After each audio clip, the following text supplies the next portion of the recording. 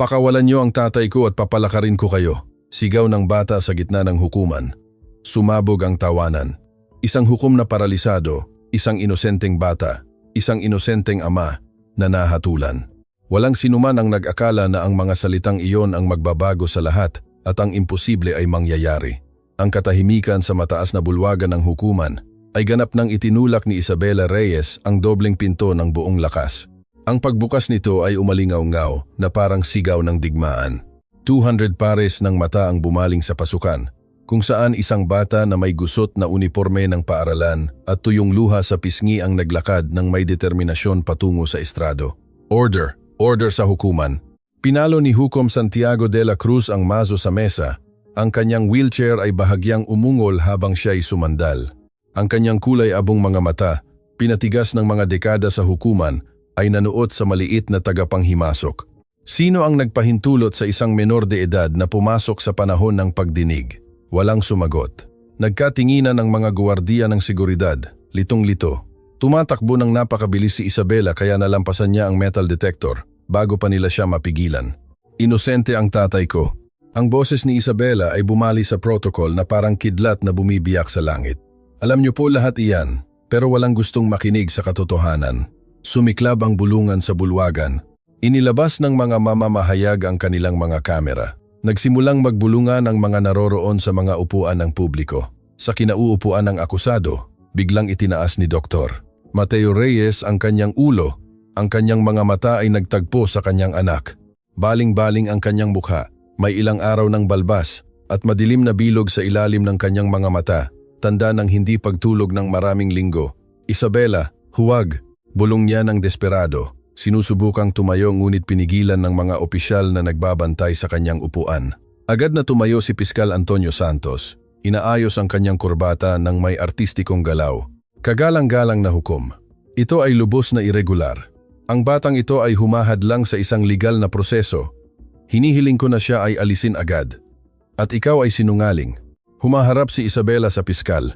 Itinuro siya ng kanyang maliit na daliri ng walang takot. Alam mo na hindi pinatay ng tatay ko ang sinuman. Binago mo ang ebidensya. Sumabog ang bulwagan. Pinalo ng hukom ang mazo ng 1, 2, 3 beses. Katahimikan. Mga guwardiya, alisin niyo ang menor de edad agad. 2 ahente ng seguridad ang lumapit kay Isabela, ngunit mas mabilis siya. Tumakbo siya direkta sa estrado ng hukom, umiiwas sa mga kamay na sumusubok na hulihin siya. Ang kanyang maliit na katawan ay dumulas sa pagitan ng mga upuan ng mga abogado na parang isang determinado anino. Kagalang-galang na hukom, iniligtas ng tatay ko ang buhay ng iba sa buong buhay niya. Ang mga salita ay lumabas mula sa kanyang bibig habang dumadaloy ang sariwang luha sa kanyang pisngi.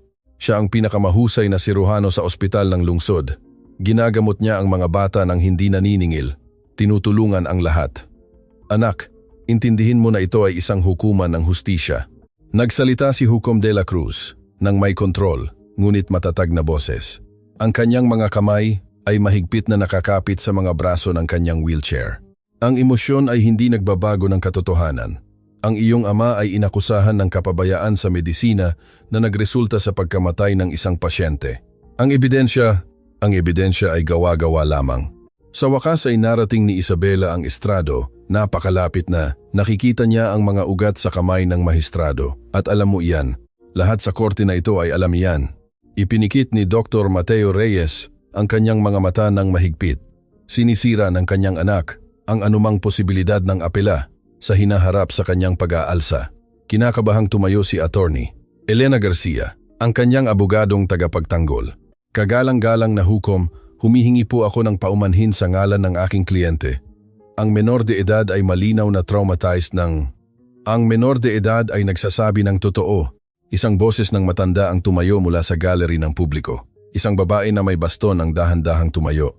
Naroroon ako sa ospital noong gabing iyon ng insidente.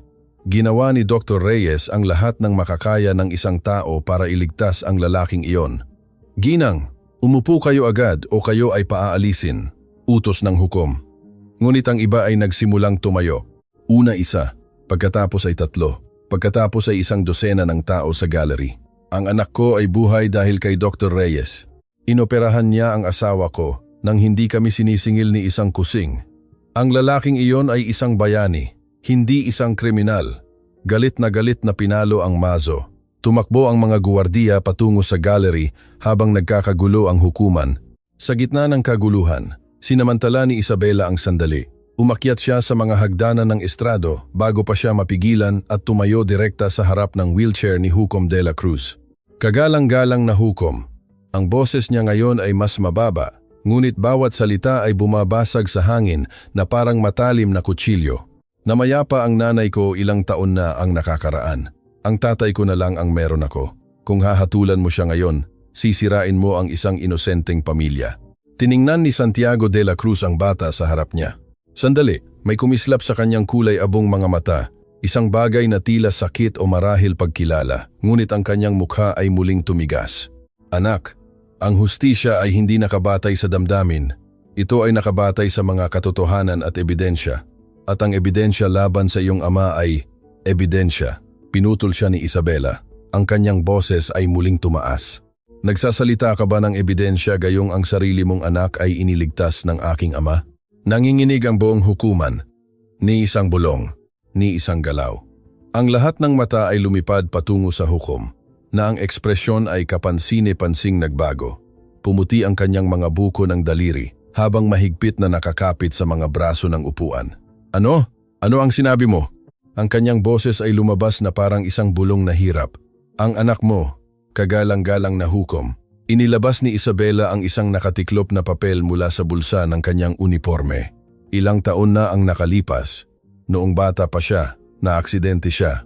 Sinabi ng mga doktor na hindi siya makaliligtas, ngunit inoperahan siya ng tatay ko ng 11 oras na walang tigil. Walang pahinga, walang pagsuko, iniligtas niya ang kanyang buhay.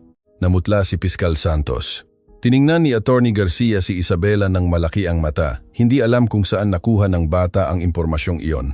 Si Dr. Mateo Reyes mula sa kanyang upuan ay umiling. Alam na lumampas sa delikadong linya ang kanyang anak. Iyan ay hindi mahalaga sa kasong ito. Nauutal ang hukom, ngunit nawalan ng autoridad ang kanyang boses. Hindi kaya ano? Lumapit pa si Isabela. Hindi mo kayang maging patas? Hindi mo kayang tingnan ang totoong ebidensya? Nakaupo ka dyan na hinuhusgahan ang lalaking nagbalik ng iyong anak sa iyo at ngayon hahatulan mo siya sa isang bagay na hindi niya ginawa? Anak, tumigil ka ngayon. Itinaas ni Hukom de la Cruz ang kanyang kamay. Namumula ang kanyang mukha. Iginagalang mo ang hukuman, mga guwardiya. Ngunit malayo na ang narating ni Isabela para huminto. Sa kanyang isip bata ay mayroon lamang isang paraan para maintindihan ng lalaking ito, isang paraan para basagin ang pader ng kawalang interes na naghihiwalay sa makapangyarihan mula sa walang laban. Tiningnan niya ang wheelchair, tiningnan ang mga mata ng hukom, at pagkatapos ay binigkas ang mga salitang magbabago sa lahat. Pakawalan niyo ang tatay ko at papalakarin ko kayo.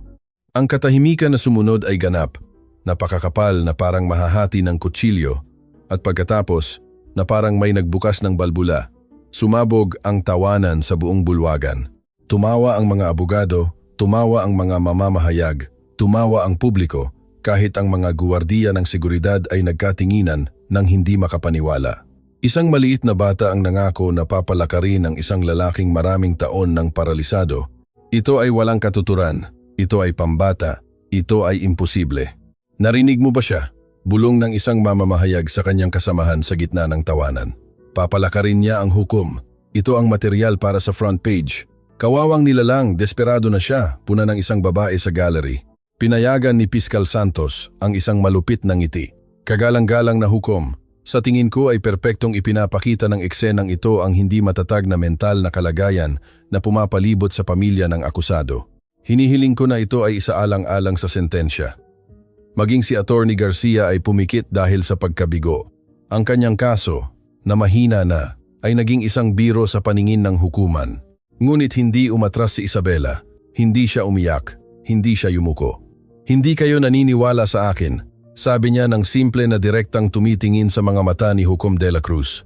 Lahat kayo ay tumatawa, ngunit may alam ako na hindi nyo alam. At ano iyan bata? Tanong ng hukom ng may pagod na boses. Nauubos ang pasensya. Ano ang alam mo na hindi namin alam, na may mga tao ng karanasan? Lumapit si Isabela. Napakalapit na tanging ang hukom lamang ang makakarinig sa kanya ng malinaw. Alam kong kaya mong lumakad. Ang mga salita ay bumagsak na parang isang tahimik na bomba. Nagbago ang mukha ni Hukom Santiago de la Cruz. Ganap na nawala ang kulay sa kanyang balat. Ang kanyang mga kamay ay nagsimulang manginig ng kapansin-pansin. Lumaki ang kanyang mga mata na may halo ng gulat, takot at iba pa. Isang bagay na tila purong takot. Ano? Ano ang sinabi mo? Bulong niya na halos hindi marinig ang kanyang boses. Kaya mong lumakad. Ulit ni Isabela. Sa pagkakataong ito ay sapat na malakas para marinig ng mga pinakamalapit na abogado. At kaya kong patunayan. Ang hukuman na kanina lang ay sumasabog sa tawanan ay ngayon ay nasa katahimikan. Isang bagay sa tono ng bata, isang bagay sa reaksyon ng hukom, ang ganap na nagbago sa kapaligiran. Agad na tumayo si Piskal Santos. Kagalang-galang na hukom, ito ay katawa-tawa. Ang bata ay gumagawa ng walang basehang akusasyon. Hinihiling ko na siya ay alisin at kasuhan ng contempt. Ngunit hindi sumagot si Hukom de la Cruz. Nakatitig siya kay Isabela na parang may nakikitang multo. Gumagalaw ang kanyang mga labi ng walang tunog. Nagsimulang lumabas ang pawis sa kanyang noo. Kagalang-galang na hukom. Naglakas loob magsalita si Attorney Garcia. Ayos lang po ba kayo?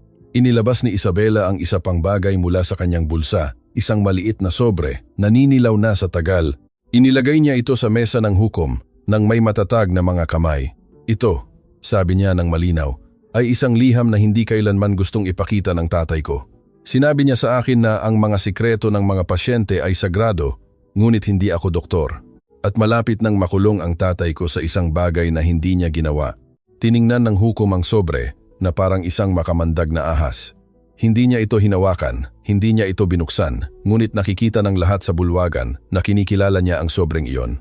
Ano iyan? Sigaw ng piskal na papalapit sa estrado. Ang katotohanan. Sagot ni Isabela na humaharap sa buong bulwagan. Maraming taon nang itinago ng tatay ko ang sikretong ito. Ngunit kung sisirain ng lahat ang kanyang buhay batay sa kasinungalingan, ililigtas ko ang kanyang buhay sa pagsasabi ng totoo. Tiningnan niya muli ang hukom, na ngayon ay nangangatal na nang kapansin-pansin sa kanyang wheelchair. Ang sobreng iyon ay naglalaman ng mga record medikal na nagpapatunay na ang iyong pagkaparalisa ay hindi totoo. Nandoon ang mga resulta ng mga pagsusuri na ginawa ng tatay ko nang magmakaawa ka sa kanya na itago ang sikreto, nang magmakaawa ka sa kanya na huwag sabihin ang anuman. Dahil katahimikan. Ang mazo ay pinalo nang napakalakas na ito ay nabasag. Nakatayo si Hukom de la Cruz. Hindi, teka. Nakaupo pa rin siya, ngunit ang kanyang buong katawan ay nakasandal pasulong. Ang mga kalamnan ng kanyang leeg ay naninigas. Ang kanyang mga mata ay namumula. Mga guwardiya, alisin niyo ang batang ito agad at kumpiskahin ang sobreng iyon. Ngunit mas mabilis si Isabela. Hinawakan niya ang sobre at itinaas ng mataas sa kanyang ulo. Kung may sino mang humipo sa akin, babasahin ko ito ng malakas para sa buong hukuman, para sa lahat ng media, para sa buong bansa. Huminto ang mga guwardiya. Ang mga mamamahayag ay mabilis na itinutok ang kanilang mga kamera. Nagkatinginan si Piskal Santos at ang hukom. Malinaw na litong-lito kung ano ang nangyayari. Si Dr. Mateo Reyes, mula sa kanyang upuan, ay bumulong ng may takot. Isabela, wag, pakiusap, wag mo itong gawin. Ngunit nakapagdesisyon na ang kanyang anak. Gagawa po ako ng kasunduan, kagalang-galang na hukom, sabi niya ng may katahimikan na hindi akma sa kanyang edad. Pakawalan niyo ang tatay ko ngayon. Kilalanin niyo na ang paglilitis na ito ay isang pandaraya at sisirain ko ang sobreng ito. Ang iyong sikreto ay mamamatay sa akin. Ngunit kung hahatulan mo ang tatay ko ngayon, malalaman ng buong mundo ang totoo tungkol sa iyo. Ang buong hukuman ay nagpigil ng hininga. Hindi na ito ang paglilitis kay Dr. Mateo Reyes. Ito ay naging isang bagay na mas malaki, isang bagay na walang sinuman ang nakakita na darating. Tiningnan ni Hukom Santiago de la Cruz ang bata sa harap niya. Pagkatapos ay tiningnan ng mga mamamahayag, pagkatapos ay ang sobre na hawak niya na parang isang sandata. Ang kanyang karera, ang kanyang reputasyon, ang kanyang buong buhay ay nakasabit sa isang hibla sa kamay ng isang bata. Ikaw, hindi mo maintindihan ang ginagawa mo, bulong niya ng may basag na boses. Naiintindihan ko po ng perpekto, sagot ni Isabela. Inililigtas ko ang tatay ko anuman ang kapalit. At sa sandaling iyon, habang kinukunan ng mga kamera ang bawat segundo, habang naghihintay ang buong hukuman nang nagpipigil ng hininga, ginawa ni Hukom Santiago de la Cruz ang isang bagay na walang sinuman ang nag-akala. Nagsimula siyang umiyak.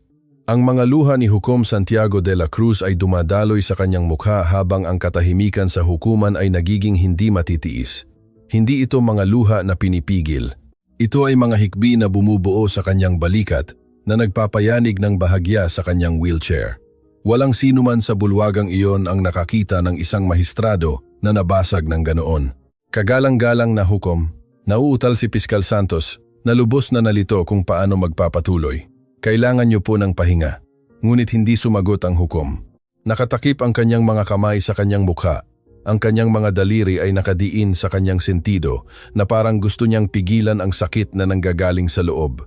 Si Isabela, na hawak pa rin ang naninilaw na sobre, ay naramdaman sa unang pagkakataon ang kirot ng pagdududa sa kanyang dibdib. Laging sinasabi ni tatay na sagrado ang mga sikreto ng mga pasyente. Bulong niya sa sarili, ngunit sapat na malakas para marinig ng hukom. Sinabi niya sa akin na hindi kailanman dapat ipagkanulo ng isang doktor ang tiwala anuman ang mangyari, ngunit itinuro din niya sa akin na ang katotohanan ay mas mahalaga kaysa sa katahimikan kapag nanalo ang kawalang katarungan. Si Dr.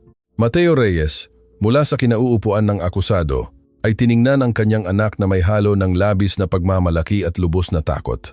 Alam niya kung ano ang nilalaman ng sobreng iyon, alam niya ang bigat ng sikretong iyon, at alam niya na kung ibubunyag ito ni Isabela, sisirain niya ang isang lalaki na, sa kabila ng lahat, ay mayroon ding kwento upang sabihin. Isabela, tawag niya ng may basag na boses. Anak, pakiusap, ibaba mo ang sobreng iyan. Hindi ito ang gusto ko para sa iyo. Pero ito ang gusto ko para sa iyo, tatay. Humaharap siya sa kanya. Ang kanyang mga mata ay napuno ng luha. Hindi kita hahayaan na makulong. Hindi ko hahayaan na mawala ang tanging natitira sa akin sa mundong ito. Marahil, isang matandang boses ang pumutol mula sa gallery. Ito ang parehong matandang babae na tumayo kanina. Ngayon ay dahan-dahan siyang naglakad patungo sa harapan, nakasandal sa kanyang baston. Marahil kailangan nating lahat na marinig ang buong kwento bago husgahan ang sinuman. Ay, sino po kayo? Sigaw ng piskal, malinaw na kinakabahan sa ganap na kawalan ng kontrol sa proseso. Ako po si Aling Nena Morales. Dumating ang matanda sa bakod na naghihiwalay sa publiko mula sa legal na lugar. Naging nurse ako sa ospital ng lungsod sa loob ng 40 taon. Naroroon ako noong gabing nagsimula ang lahat, parehong kaso ni Dr. Reyes, at tiningnan niya ng makabuluhan ang hukom at iba pang mga pangyayari na mas gustong kalimutan ng ilang tao. Sa wakas ay ibinaba ni Hukom de la Cruz ang kanyang mga kamay mula sa kanyang mukha. Ang kanyang mga mata ay pula, namamaga, ngunit may iba pa roon ngayon. Pagpapakumbaba marahil o marahil ay kaluwagan. Aling Nena, ang kanyang boses ay lumabas na parang hirap. Pakiusap, huwag. Ano, kagalang-galang na hukom? Pinutol siya ng matanda ng may kabaitan, ngunit matatag. Huwag sabihin ang totoo? Huwag ihayag ang itinago natin sa loob ng maraming taon? Tingnan mo ang paligid? Tingnan mo ang matapang na batang iyan na handang sirain ang kanyang pagiging inosente para iligtas ang kanyang ama. Hahayaan ba talaga natin na magpatuloy ang sirkong ito? Lumapit si Attorney Elena Garcia, ang abogadong tagapagtanggol, nang maingat kay Isabela. Bata, ibigay mo sa akin ang sobre. May mga legal na paraan para magsumite ng ebidensya ng walang. Hindi gumana ang mga legal na paraan. Umurong si Isabela, pinoprotektahan ang sobre sa kanyang dibdib. Nagtiwala ang tatay ko sa mga legal na paraan, kumuha ng mga abogado, nagsumite ng ebidensya, ginawa ang lahat ng tama, at gayunpaman ay hahatulan pa rin siya. Dahil napakalakas ng ebidensya laban sa kanya, pumutol si Piskal Santos na nakakabawi ng konting composure. Namatay ang pasyente sa operating table. Malinaw na ipinapakita ng mga medikal na ulat ang kapabayaan. Gumawa si Dr. Reyes ng maling desisyon na Reyes ng tanging posibleng desisyon. Ang boses ni Aling Nena Morales ay bumali sa hangin na parang latigo. Dumating ang lalaking iyon sa ospital na may malaking internal na pagdurugo. 3 doktor bago pa si Doktor Mateo ang tumangging operahan siya dahil alam nila na halos walang tsansa na makaligtas. Ngunit hindi iniiwan ni Dr. Reyes ang sinuman. Iba ang sinasabi ng mga record. Inilabas ng piskal ang isang makapal na folder mula sa kanyang maleta. Narito ang testimonya ni Dr. Gabriel Lim, kasamahan ng akusado, na nagdeklara na nag-opera si Dr. Reyes laban sa protocol, na kumuha siya ng mga hindi kinakailangang panganib na ang kanyang ego. Sinungaling si Doktor. Lim! Isang bagong boses ang tumayo mula sa gallery. Isang binatang may kitang-kitang peklat sa leeg ang tumayo. Ako po si Luis Fernandez. Ilang taon na ang nakalipas, noong 8 taong gulang ako, na aksidente ako ng napakasama. Sinabi ni Doktor Lim na napakadelikado na operahan ako, na mas mabuting hayaan na lang ang kalikasan na umayon sa kanyang takbo. Alam niyo ba kung ano ang ibig sabihin yon? Ang ibig sabihin yon ay hayaan akong mamatay. Ngunit hindi sumang-ayon si Dr. Reyes. Inoperahan niya ako ng 14 na oras at narito ako. Buhay dahil sa kanya. Mas maraming tao ang nagsimulang tumayo ng sunod-sunod. Naglipa na ang mga katulad na kuwento sa hukuman. Inoperahan niya ang asawa ko ng walang gustong mangahas. Iniligtas niya ang aking sanggol nang idineklara na siyang walang pag-asa ng ibang mga doktor. Ang lalaking iyon ay isang bayani, hindi isang kriminal. Mahina na pinalo ang mazo. Wala nang lakas si Hukom de la Cruz para kontrolin ang bulwagan. Tiningnan niya ang buong hanay ng mga testimonya nang may talunang ekspresyon. Tingnan mo, kagalang-galang na Hukom. Lumapit muli si Isabela sa estrado, hawak pa rin ang sobre ng mahigpit sa kanyang kamay. Alam ng lahat ng taong ito kung sino talaga ang tatay ko. Ngunit may iba pa sa bulwagang ito na alam din iyan ng napakahusay. Isang tao na may malaking utang sa kanya. Ipinikit ng Hukom ang kanyang mga mata. Pakiusap, anak, huwag mo itong gawin. Kung gayon, gawin mo ang tama. Inilagay ni Isabela ang sobre sa mesa, ngunit nanatili ang kanyang kamay sa ibabaw nito. Sabihin mo ang totoo tungkol sa tatay ko. Tapusin mo ang hindi makatarungang paglilitis na ito at itatago ko ang iyong sikreto magpakailanman. Hindi ganoon kasimple. Binuksan ng Hukom ang kanyang mga mata at sa unang pagkakataon ay may tunay na pagkabalisa roon. May mga bagay na hindi mo naiintindihan. Mga dahilan kung bakit kailangang magpatuloy ang paglilitis na ito. Mga dahilan, ikinaling ni Isabela ang kanyang ulo. O, mga banta, ang katahimikan na sumunod ay nakuryente. Malinaw na namutla si Piskal Santos. Nagkatinginan si Attorney Garcia kay Aling Nena Morales at si Dr. Mateo Reyes mula sa kanyang upuan ay naramdaman na isang piraso ng palaisipan ang sa wakas ay nabuo. Ayaw mong hatulan ang tatay ko. Sabi ni Isabela ng dahan-dahan na parang nilulutas ang isang bugtong. Mayroong pumipilit sa iyo. Isabela, tumigil ka ngayon. Sinubukan ng kanyang ama na tumayo, ngunit pinigilan siya ng mga guwardiya. Huwag kang dumaan sa landas na iyan, delikado. Delikado para kanino? Isang bagong boses ang umalingaw-ngaw mula sa mga pinto ng hukuman. Lumingon ang lahat para makita ang isang matangkad na lalaki, halos 50 taong gulang, nakasuot ng mamahaling traje, na pumasok ng may matatag na hakbang. Pinuno ng kanyang presensya ang bulwagan sa paraan na kusang umalis ang mga tao. Ginoong Ricardo Gomez? Binanggit ni Piskal Santos ang pangalan na parang lason. Ano ang ginagawa mo rito? Ito ay isang saradong korte. Abogado ako. Ngumiti si Ricardo Gomez, ngunit walang init sa ngiting iyon. At kinuha lang ako para irepresenta si Dr. Mateo Reyes. Ang una kong aksyon bilang kanyang tagapagtanggol ay magsumite ng mosyon para sa nullification ng buong paglilitis na ito, batay sa ebidensya ng manipulasyon ng proseso.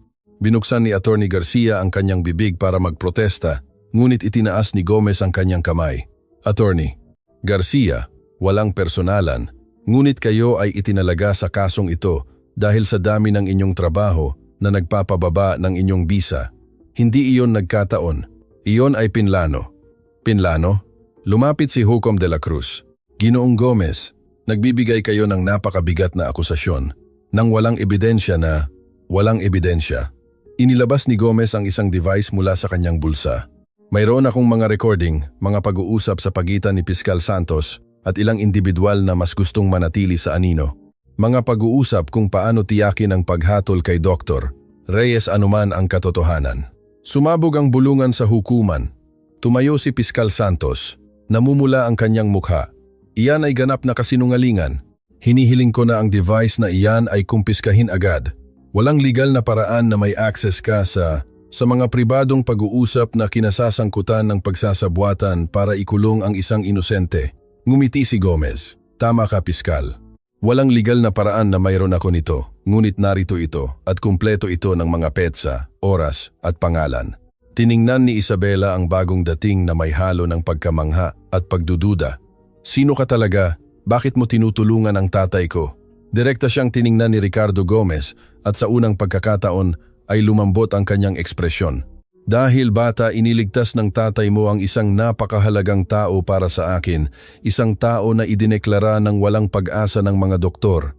At dahil maraming taon akong naghihintay ng tamang oras para bayaran ang utang na iyon. Sino? Tanong ni Isabela. Ang anak ko. Simpleng sagot ni Gomez. Ilang taon na ang nakalipas, noong kaedad mo pa lang, nagkaroon siya ng cerebral aneurysm.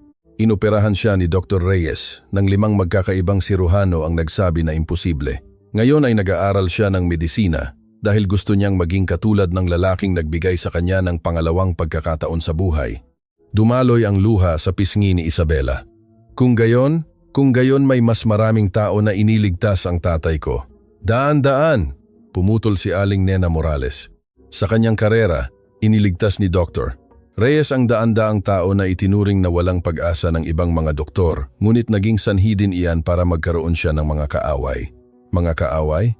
Sa wakas ay nakahanap ng boses si Attorney Garcia. Sinasabi mo na ang paglilitis na ito ay isang paghihiganti? Hindi lamang paghihiganti. Naglakad si Gomez patungo sa gitna ng bulwagan. Ang kanyang boses ay umaalingamngaw para marinig ng lahat. Ito ay isang mensahe. Isang mensahe para sa lahat ng mga doktor na nag-iisip na unahin ang kanilang mga pasyente kaysa sakita, para sa mga tumatanggi sa suhol mula sa mga kumpanya ng gamot, para sa mga naglalantad ng korap na medical practices. Iyan ay napakaseryosong akusasyon, sabi ni Hukom de la Cruz, ngunit ang kanyang boses ay kulang sa paniniwala. At kaya kong patunayan ang bawat isa. Inilagay ni Gomez ang isang maleta sa mesa ng depensa, ngunit una, kagalang-galang na hukom. Kailangan ko na gumawa ka ng desisyon. Papayagan mo bang lumabas ang katotohanan o magpapatuloy kang maging bahagi ng komedyang ito? Tiningnan ng hukom si Gomez, pagkatapos ay si Isabela, na hawak pa rin ang naninilaw na sobre. Pagkatapos ay ang 12 ng tao sa gallery, lahat ay nakatingin sa kanya ng may pag-asa at pagmamakaawa. Sa wakas, dumapo ang kanyang mga mata kay Dr. Mateo Reyes. Dr. Reyes, sabi niya ng dahan-dahan, iniligtas mo ang aking anak. Ilang taon na ang nakalipas nang sabihin ng pinakamahusay na espesyalista sa bansa na walang pag-asa, nakahanap ka ng paraan. Inoperahan ng maraming oras na tumangging magpahinga, tumangging sumuko. Nakinig ang buong hukuman sa ganap na katahimikan. Pagkatapos ng operasyon na iyon, patuloy ng hukom, ang kanyang boses ay basag. Binisita mo ako ng pribado. Ipinakita mo sa akin ang isang bagay na natuklasan mo sa panahon ng pre-operative examinations ng aking anak, isang bagay tungkol sa akin. Mahigpit na hinawakan ni Isabela ang sobre. Sinabi mo sa akin na nakakita ka ng ebidensya na ang aking pagkaparalisa. Ang aksidente na nag-iwan sa akin sa upuang ito maraming taon na ang nakalipas ay may mga irregularidad. Ipinakita mo sa akin ang mga pag-aaral na nagpapahiwatig na sa tamang paggamot ako ay maaaring muling lumakad. Kinumpleto ni Isabela ang pangungusap. Dahan-dahang tumango ang hukom, ngunit ipinaliwanag mo rin sa akin kung bakit hindi ko ito maaaring ipahayag sa publiko, kung bakit kailangan kong itago ang sikretong iyon, dahil kung matutuklasan ng mundo na ang aking pagkaparalisa ay hindi permanente, na ako ay nasa upuang ito dahil sa mga kadahilanan na hindi ganap na pisikal. Mawawalan ka ng trabaho, malumanay na sabi ni Ricardo Gomez, ang iyong reputasyon, lahat ng iyong itinayo. Ngunit hindi iyon lahat. Idinagdag ni Aling Nena Morales na nanginginig ang boses. Hindi ba, kagalang-galang na hukom? Ipinikit ni Hukom Santiago de la Cruz ang kanyang mga mata. Nang muli niya itong buksan, nakapagdesisyon na siya. Hindi, pag-amin niya. Hindi iyon lahat. Ang totoo ay pagkatapos ng aking aksidente, nakatanggap ako ng milyon-milyong kompensasyon mula sa siguro. Isang kompensasyon batay sa premise na hindi na ako makakalakad. Kung matutuklasan ng mundo na hindi iyon totoo, kailangan kong ibalik ang lahat ng pera na iyon. Pera na nagastos ko na sa paggamot ng aking anak, sa edukasyon ng aking mga anak, sa pagpapanatili ng aking pamilya. Kaya tinago ni Dr. Reyes ang iyong sikreto, sabi ni Isabela, para protektahan ang iyong pamilya. Oo, tumango ang hukom.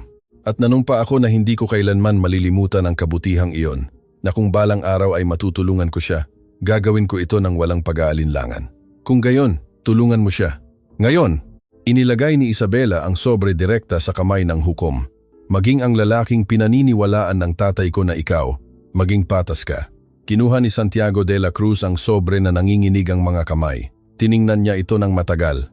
Pagkatapos, sa mga mata ng lahat sa hukuman na nagulat, pinunit niya ito sa gitna. Ang sikretong ito, sabi niya ng may matatag na boses, ay mamamatay dito at ngayon. Hindi dahil sa ako ay binibantaan, hindi dahil sa ako ay natatakot, ngunit dahil naiintindihan ko na ang ilang katotohanan ay mas mahalaga kaysa sa iba. Direkta siyang tumingin kay Isabela. Tama ka anak, ang paglilitis na ito ay isang pandaraya at ako ay naging duwag sa pagpapahintulot na makarating ito ng ganito kalayo.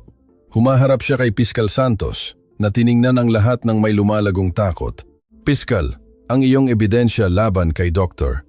Reyes ay pinagdudahan ng maraming mapagkakatiwalaang testigo. Ang iyong kaso ay nakabatay sa testimonya ng isang doktor na ang kredibilidad ay ngayon ay pinagdududahan.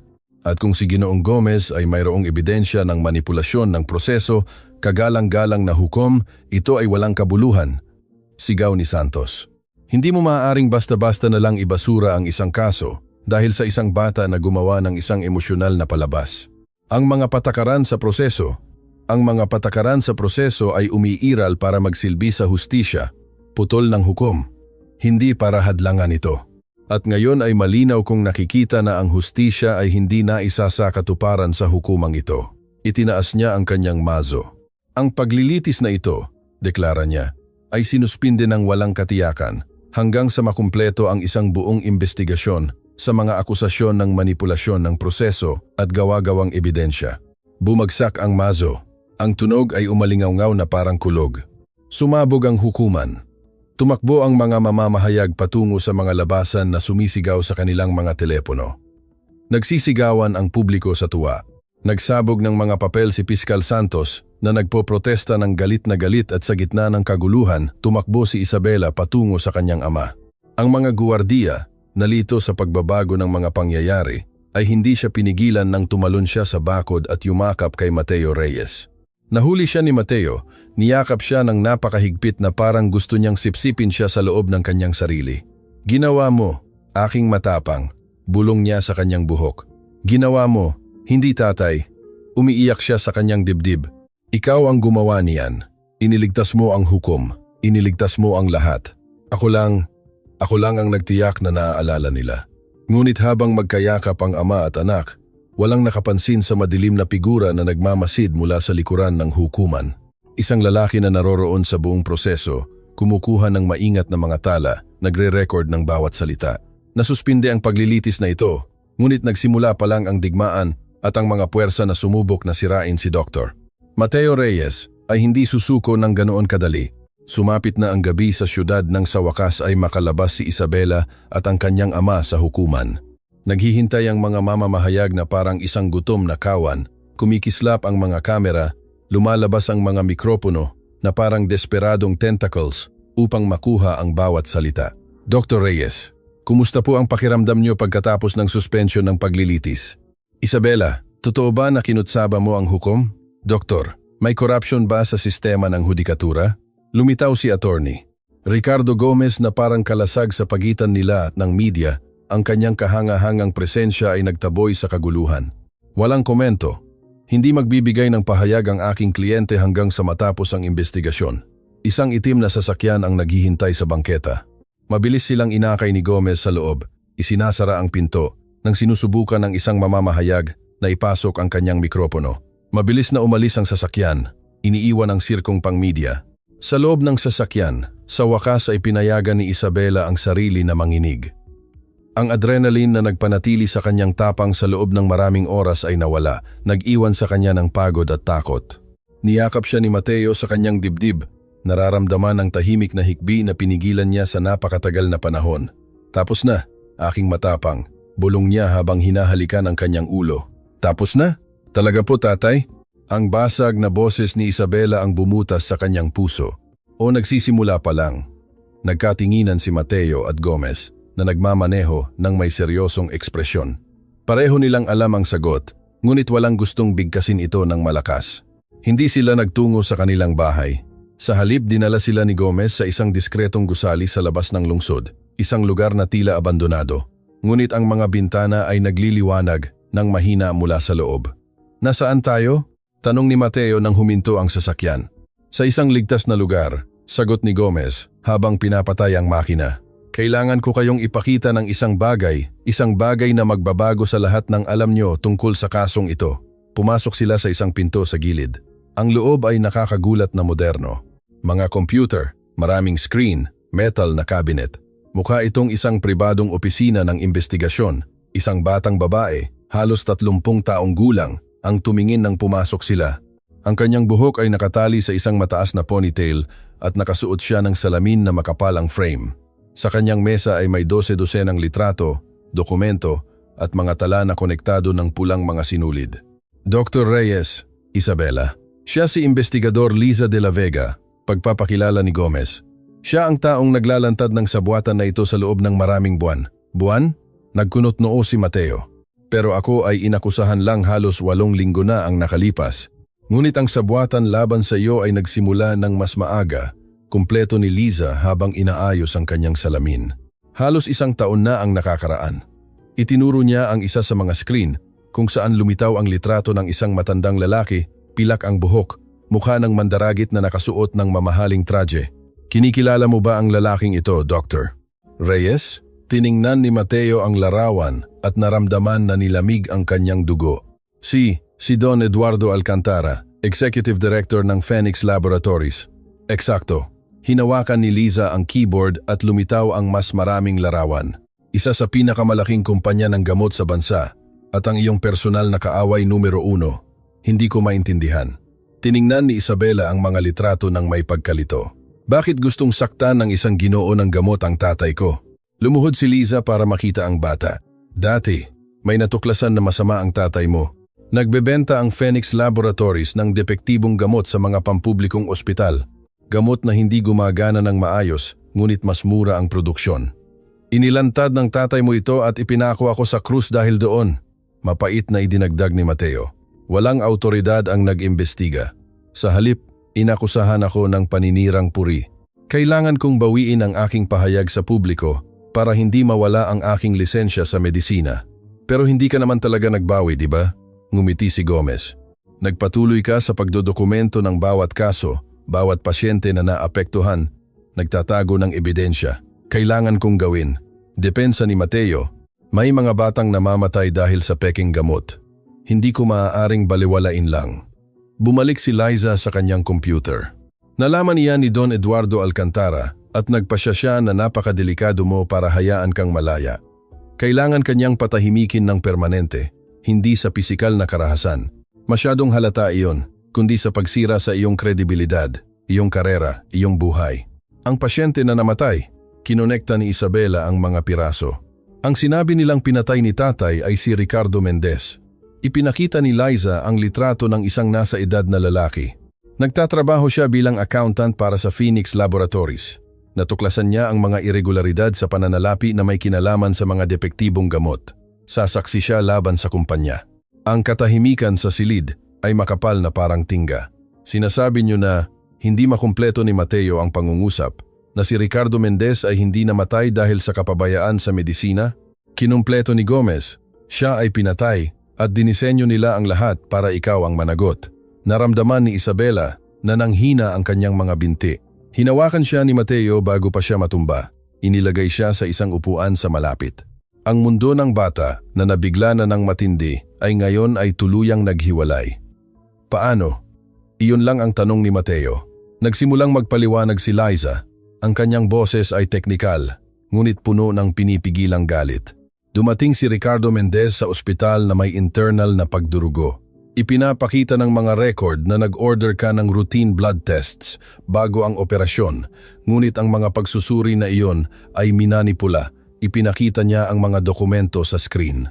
May nagbago ng mga resulta para itago na si Mendez ay nilason ng isang napakalakas na anticoagulant. Nang operahan mo siya, imposibleng pigilan ang pagdurugo. Ano man ang gawin mo, ang lalaki ay nahatulan na. Diyos ko, napaupo si Mateo sa isang upuan. Ang kanyang mukha ay nakatakip sa kanyang mga kamay. Ngunit mayroon pa. Nagpatuloy si Liza ng walang awa. Si Dr.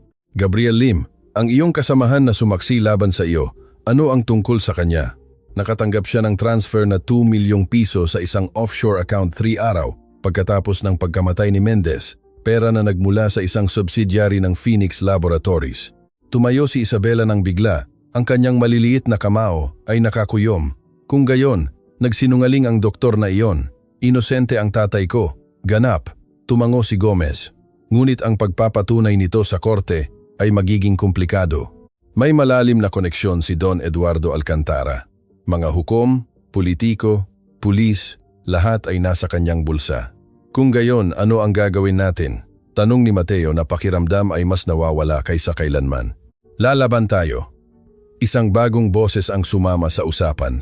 Lumingon ang lahat para makita si Hukom Santiago de la Cruz na pumapasok sa parehong pinto sa gilid, ngunit sa pagkakataong ito ay hindi siya nakaupo sa kanyang wheelchair. Nakatayo siya, nakasandal sa mga saklay, dahan-dahang naglalakad, ngunit sinasadya patungo sa kanila. Napasigaw si Isabela. Agad na tumayo si Mateo at tumakbo patungo sa hukom. Ano ang ginagawa mo? Hindi ba dapat sinusubukan mong lumakad? Kinumpleto ni De La Cruz. Nasa wakas ay narating ang isang upuan at naupo ng may pagod na buntong hininga. Dr. Reyes, pareho nating alam ang totoo. Sinabi mo sa akin iyan ilang taon na ang nakakaraan. Inalis niya ang kanyang Amerikana. Inilalabas ang mga braso na may malinaw na matipunong kalamnan. Kaya kong lumakad ang aking katawan. Malinaw ang mga pag-aaral na ipinakita mo sa akin. Ang mga nerve ay nag-regenerate. Ang mga kalamnan ay gumagana. Pisikal na kaya ko, ngunit mentalmente. Nagsimula si Mateo. Mentalmente, ako ay isang duwag. Putol ni De La Cruz. Ang trauma ng aksidente, ang takot na mawala ang lahat, kung lalabas ang katotohanan, ang pagkakasala sa pagsisinungaling sa loob ng maraming taon ay nagtayo ng isang bilangguan sa aking isip na mas malakas kaysa sa anumang pisikal na pagkaparalisa. Direkta siyang tumingin kay Isabela hanggang sa isang matapang na bata ang nagpakita sa akin kung ano talaga ang ibig sabihin ng tapang. Hindi ito ang kawalan ng takot. Ito ay ang paggawa ng tama sa kabila nito. Bakit ka narito?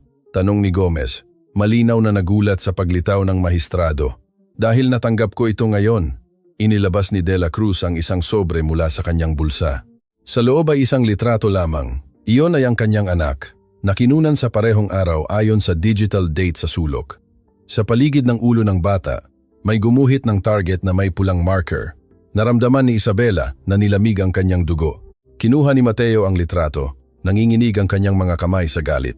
Hindi tumigil si Don Eduardo Alcantara pagkatapos kong suspendihin ang paglilitis. Paliwanag ni De La Cruz. Ang kanyang boses ay kontrolado, ngunit puno ng galit. Tinawagan niya ako personally. Sinabi niya sa akin na kung hindi ko hahatulan si Dr. Reyes sa bagong paglilitis, ang aking pamilya ang magbabayad ng presyo. At ano ang sagot mo? Tanong ni Liza. Pumunta siya sa impyerno. Simpleng sagot ni De La Cruz. Napagod na akong maging kanyang marionette na sa pagkakataong ito ay gagawin ko ang tama anuman ang kapalit. Tumayo siya muli. Nakasandal sa mga saklay. Kitang-kita ang pagod, bumaba ang pawis sa kanyang noo, ngunit nanatili siyang matatag. Dr. Reyes, iniligtas mo ang aking anak ng walang gustong mangahas. Itinuro mo sa akin na ang ilang sikreto ay mas mabigat kaysa sa mga kasinungalingan. Ngayon ay gagawin ko rin ang pareho para sa iyo. Sasaksi ako tungkol sa sabuatan, tungkol sa mga banta, tungkol sa lahat. Sisirain iyan ang iyong karera, babala ni Mateo. Marahil, tumango si De La Cruz. Ngunit hindi bababa sa makakatingin ako sa mata ng aking anak nang walang kahihiyan. Tumunog ang isang telepono. Sinira ang sandali. Sumagot si Liza. Saglit siyang nakinig at namutla ang kanyang mukha. Ano ang nangyayari? Agad na tanong ni Gomez. Ang kontak ko sa pulisya. Ibinaba niya ang telepono na nanginginig ang mga kamay. Kaka-issue lang nila ng warrant of arrest laban kay Dr. Reyes. Sabi nila ay nilabag mo ang mga tuntunin ng iyong conditional freedom sa paglabas ng lungsod ng walang pahintulot. Pero hindi ako lumabas ng lungsod. Protesta ni Mateo. Alam namin. Umungol si Gomez. Ngunit hindi kailangan ni Alcantara na totoo iyan. Kailangan lang niya ng dahilan para ikulong ka muli. Gaano katagal tayo? Tanong ni De La Cruz. Papunta na ang mga patrol car. 15 minuto, marahil 20. Naramdaman ni Isabela na nilamon siya ng takot. Kaka-release lang ng kanyang ama at ngayon ay aarestuhin siya muli. Lahat ng sakripisyo, lahat ng sakit ay walang saysay. Hindi, sabi niya ng malakas. Ginulat ang kanyang sarili sa tatag ng kanyang tono. Hindi tayo magpapatalo. Isabela, mahal. Nagsimula si Mateo. Hindi tatay. Pinutol siya ni Isabela. At mayroong isang bagay sa kanyang mga mata na nagpukaw ng atensyon ng lahat sa silid. Iniisip ng masamang Ginoong iyon na kaya niya tayong takutin. Iniisip niya na mahina tayo dahil mabuti tayo. Humaharap siya kay Liza. Sinabi mo na may ebidensya ka laban sa kanya, di ba? Lahat ng mga litrato at papel na iyon. Oo, ngunit hindi iyon sapat para sa isang kasong kriminal nang walang mga testimonya na sumusuporta rito. Kung gayon, kumuha tayo ng mga testimonya, deklara ni Isabela. Iniligtas ng tatay ko ang daan-daang tao. Lahat ng mga taong iyon na tumayo sa hukuman, lahat sila ay maaaring magsalita, maaaring magkuwento ng kanilang mga istorya. Hindi iyan pipigil sa warrant of arrest, puna ni Gomez. Ngunit maaari itong lumikha ng panggigipit sa publiko. Naintindihan ni De La Cruz kung saan patungo si Isabela. Kung ilalantad natin ito sa publiko, kung gagawin natin na makita ng mga tao na ito ay isang witch hunt, mapipilitan si Don Eduardo Alcantara na umatras. Kinumpleto ni Liza. Ang kanyang mga mata ay nagliliwanag sa bagong pag-asa. Ang kanyang kapangyarihan ay nakabatay sa pagtatrabaho sa anino. Kung hihilahin natin siya sa liwanag, masusunog siya. Ngumiti si Gomez ng mapanganib. Nagsimulang mabuo ang isang plano. Mabilis, mapanganib, posibleng sakuna. Ngunit ito lang ang kanilang tanging pagkakataon. Liza, kinuha ni Gomez ang utos. Kailangan ko na kontakin mo ang bawat independiyenteng mamamahayag na kilala mo. Ang mga hindi nasa bulsa ni Alcantara. Mag-organisa ng press conference para bukas ng umaga. Aling Nena Morales, idinagdag ni Mateo. Kilala niya ang lahat ng mga pasyente na ginamot ko. Makakapag-organisa siya ng mga testimonya. Makikipag-ugnayan ako sa aking mga kasamahan sa sistema ng hudikatura, alok ni De La Cruz. Ang mga pagod na sa korupsyon, mayroon pang mas marami kaysa sa iniisip ni Alcantara. At ako? Tanong ni Isabela. Ano ang magagawa ko? Lumuhod si Mateo sa harap niya. Hawak ang kanyang maliliit na kamay sa pagitan ng kanyang mga kamay. Ikaw, aking matapang, ang gagawa ng pinakamahirap sa lahat. Magtitiwala ka na sa wakas ay gagawin ng mga matatanda ang tama. At kung hindi nila kaya, lumabas ang luha sa kanyang mga mata. At kung dadalhin ka nila muli, hinalikan niya ang kanyang noo. Itinuro mo na sa akin na ang isang bata na may tapang ay maaaring magbago sa mundo. Nagtitiwala ako na makakahanap ka ng paraan para iligtas tayong muli. Nagsimulang umalingaw-ngaw ang tunog ng mga sirena sa malayo. Nag-alala ang lahat. Kailangan nating kumilos. Itinulak ni Gomez si Mateo patungo sa isang likurang pinto. May tunnel na papunta sa katabing gusali. Liza, sirain mo ang anumang ebidensya na naririto sila. Teka, pinigilan ni De La Cruz si Mateo sa isang kamay sa kanyang balikat. Doktor, kung hindi na tayo magkikita tayo muli, putol ni Mateo. At kapag nangyari iyon, gusto kitang makita na lumalakad ng walang mga saklay na iyan. Mahinang ngumiti si De La Cruz. Kasunduan, nawala si Isabela, Mateo at Gomez sa likurang pinto nang maging nakakabingi ang mga sirena sa labas. Nagsimulang magmadali si Liza sa pagkuha ng mga dokumento. Inilalagay ang lahat sa mga kahon na ihuhulog niya sa likurang bintana patungo sa isang truck na naghihintay. Nag-iisa si Hukom Santiago de la Cruz sa silid, nakikinig sa mga bota ng pulisya na tumatapak sa simento sa labas. Tumayo siya muli nang walang mga saklay. Sa pagkakataong ito ay nanginginig ang kanyang mga binti, nagbabanta na bumagsak, ngunit nanatili siyang matatag. Para sa aking anak, bulong niya sa sarili. Para sa lahat ng mga bata na karapat-dapat ng isang mas mahusay na mundo. Nang pumasok ang mga opisyal sa pangunahing pinto, nakita lang nila ang mahistrado na nakatayo sa isang walang laman na silid. At sa unang pagkakataon sa maraming taon, hindi naramdaman ni Santiago de la Cruz ang takot, naramdaman niya ang layunin. Sa isang lugar sa lungsod, sa isang marangyang opisina sa pinakamataas na palapag ng isang skyscraper, natanggap ni Don Eduardo Alcantara ang balita na nakatakas si Dr. Reyes. Ngumiti siya. Perpekto, sabi niya sa telepono. Ngayon ay isang pugante na siya. Mas pinadali niya ng mga bagay. Ibinaba niya ang telepono at tumawag sa ibang numero. I activate ang Plan B, utos niya. Oras na para matuto ang maliit na Isabela kung ano ang nangyayari sa mga taong kumakalaban sa akin. Dumilim ang gabi at nagsisimula pa lang ang totoong digmaan. Ang liwanag ng bukang liwayway ay nagsisimula pa lamang sumilay sa mga bintana ng maliit na apartment kung saan nagtago si Isabela at ang kanyang ama.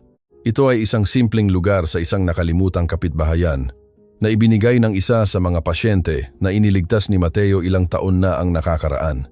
Walang sinuman ang maghahanap sa kanila doon, o iyon ang iniisip nila. Hindi makatulog si Isabela. Bawat ingay sa kalye ay nagpapakaba sa kanya. Bawat anino ay tila nagbabanta. Nakaupo siya sa lumang sofa, nakayakap sa isang unan nang marinig niya ang kanyang ama na nagsasalita ng mahina sa telepono sa katabing silid. "Aling Nena, kailangan kong magtiwala ka sa akin," sabi ni Mateo. "Kolektahin ang lahat ng makakaya mo para sa conference. Bawat pasyente, bawat testimonya ay mahalaga." Dahan-dahang tumayo si Isabela at lumapit sa bahagyang nakabukas na pinto. "Alam kong delikado," patuloy ng kanyang ama. "Ngunit kung hindi tayo kikilos ngayon, mananalo si Alcantara. At hindi lang niya ako sisirain niya ang sinumang mangahas na ilantad ang kanyang mga krimen." Ibinaba niya ang telepono at lumingon. Nakikita ang mga mata ng kanyang anak na nakatingin sa kanya mula sa pinto. "Hindi ka makatulog?" Hindi ito tanong. "Tatay." Pumasok si Isabela sa silid. "Ano ang mangyayari sa atin?" Mahigpit siyang niyakap ni Mateo. "Mananalo tayo, aking matapang, dahil ang katotohanan ay laging bisasala." Sumabog ang tunog ng nabasag na salamin mula sa sala. Pareho silang nanigas. Pagkatapos ay mga boses, mabibigat na hakbang, masyadong marami para maging ordinaryong pulis. "Ang likurang pinto!" Urgent na bulong ni Mateo. Itinulak si Isabela patungo sa maliit na balkonahe. "Bumaba ka sa hagdan ng emergency. Tumakbo ka patungo sa karinderya sa kanto. Tanungin mo si Ate Claudia, poprotektahan ka niya." "Hindi kita iiwan." Niyakap siya ni Isabela. "Kailangan mong gawin iyan."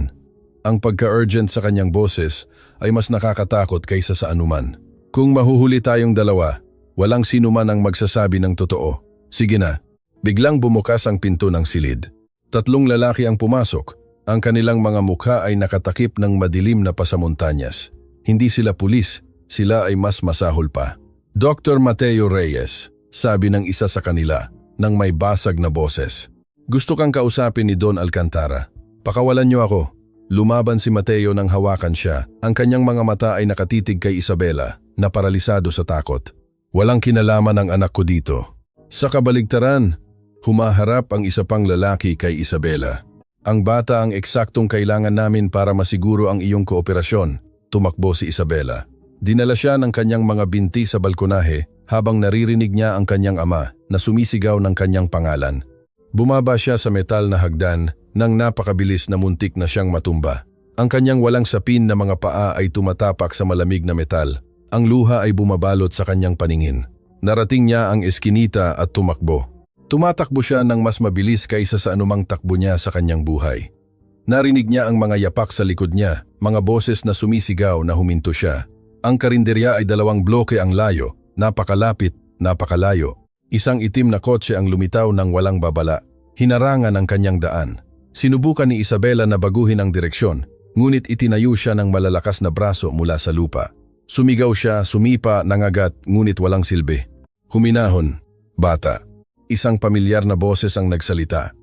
Huminto si Isabela sa pakikipaglaban, tumingala ng lubos na nagulat. Si Dr. Gabriel Lim iyon. "Ikaw?" Bulong niya ng may takot. "Nagsinungaling ka tungkol sa tatay ko." "Oo." Inilagay ni Lim si Isabela sa likurang upuan ng kotse, ngunit hindi nang marahas, nang may isang bagay na halos tila pagkakasala.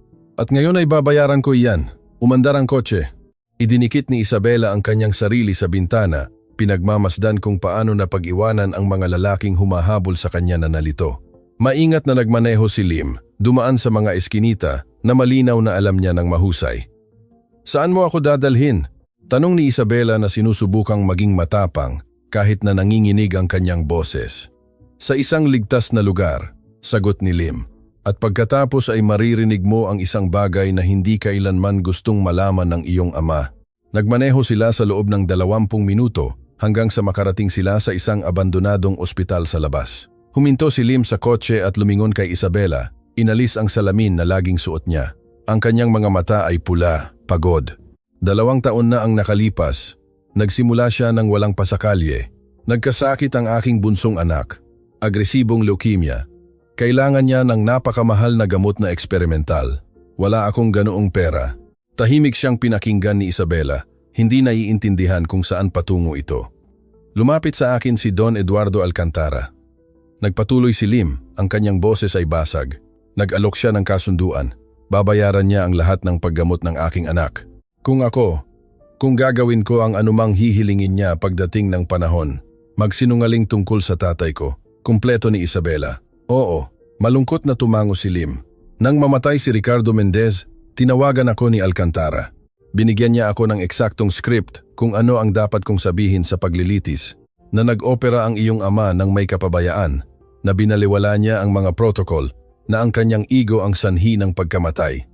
At tinanggap mo? Puno ng pangungutya ang boses ni Isabela. Namatay ang anak ko. Depensa ni Lim, ngunit walang paniniwala.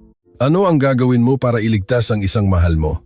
Inisip ni Isabela ang lahat ng ginawa niya para sa kanyang ama, sa sobre na dinala niya sa hukuman, sa mga banta na inilabas niya, at naintindihan niya ng may masakit na kalinawan na siya at si Lim ay hindi ganoon kaiba. Pero iniligtas mo ang anak mo? Sabi niya sa wakas. Hindi. Umiling si Lim. Dumadaloy ang luha sa kanyang mukha. Namatay siya 3 buwan na ang nakakaraan. Ang mga gamot na ibinigay ni Alcantara ay mula sa parehong depektibong linya na sinubukan ng iyong ama na ilantad. Namatay ang anak ko dahil sa parehong kasinungalingan na tinulungan kong protektahan. Ang katahimikan sa kotse ay mabigat na parang tingga. Kaya narito ako. Pinunasan ni Lim ang kanyang mukha. Kaya kita iniligtas dahil sapat na akong namuhay bilang isang duwag. Ang anak ko ay karapat-dapat ng isang mas mahusay na ama at ang iyong ama ay karapat-dapat na sa wakas ay may magsasabi ng totoo. Ang totoo tungkol saan? Tanong ni Isabela. Inilabas ni Lim ang isang makapal na sobre mula sa glove compartment. Nandito ang lahat. Mga recording ng aking mga pag-uusap kay Alcantara. Mga dokumento na nagpapatunay na nilason si Ricardo Mendez. Mga bank transfer. Mga pangalan ng lahat ng mga doktor, hukom at pulis sa payroll ni Alcantara. Bakit hindi mo ibinigay ito noon? Natakot ako, pag-amin niya. Binantaan ako ni Alcantara. Sinabi niya na kung magsasalita ako, magbabayad ang aking pamilya, ngunit pagkatapos ay nakita ko ang isang 10 taong gulang na bata na gumawa ng hindi ko kayang gawin. Nakita ko ang iyong tapang sa hukumang iyon at labis akong nahiya sa sarili ko na hindi ko na kayang mamuhay ng may pagkakasala. Ibinigay niya ang sobre kay Isabela. Dalhin mo ito kay Attorney Ricardo Gomez. Alam niya kung ano ang gagawin. Ito lang ang kopya. Kung may mangyari sa kanya, mananalo si Alcantara. At ikaw, kinuha ni Isabela ang sobre na nanginginig ang mga kamay. Kukunin ko ang tatay mo. Muling umandar ang kotse ni Lim. Alam ko kung nasaan siya. Habang iniisip ni Alcantara na nasa panig niya ako, malaya akong makakagalaw.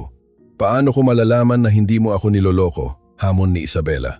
Tiningnan siya ni Lim sa rearview mirror.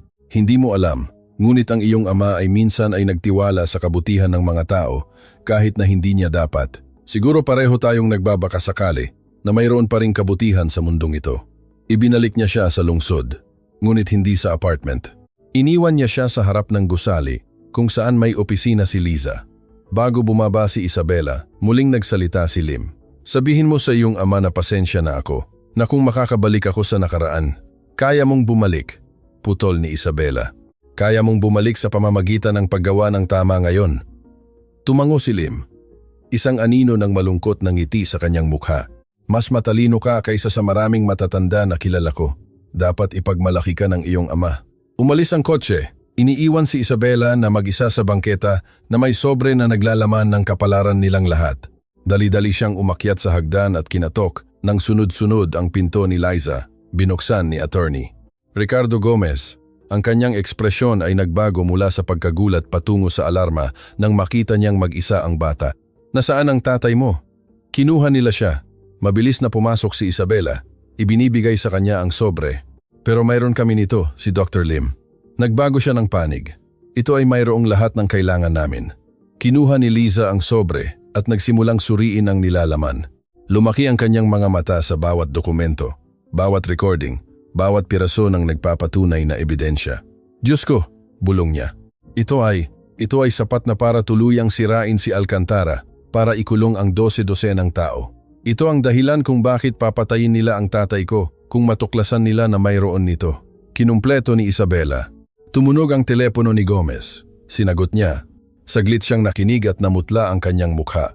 Si Santiago de la Cruz iyon. Sabi niya nang ibaba niya ang telepono. Kakatanggap lang niya ng mensahe mula kay Alcantara. Kung hindi natin ibibigay ang lahat ng ebidensya at hindi natin kakansilahin ang press conference sa susunod na 3 oras, papatayin nila si Dr. Reyes. Naramdaman ni Isabela na huminto ang mundo. Nakuha na nila ang ebidensya, ngunit malapit na nilang mawala ang tanging mahalaga. Ano ang gagawin natin? Tanong ni Liza na nagkatinginan kay Gomez at Isabela. Huminto ang bata. Pinunasan ang luha na nagsimulang lumabas. Sa kanyang mga mata ay may bagong bagay. Hindi lang ito tapang o desperasyon. Ito ay ganap na determinasyon. Pareho nating gagawin, sabi niya ng may matatag na boses. Iiligtas natin ang tatay ko at sisirain natin si Alcantara ng sabay. Paano? Tanong ni Gomez. Ngumiti si Isabela. Hindi ito ngiti ng bata. Ito ay ngiti ng isang taong natuto nang makipaglaro sa laro ng mga matatanda at handa ng manalo.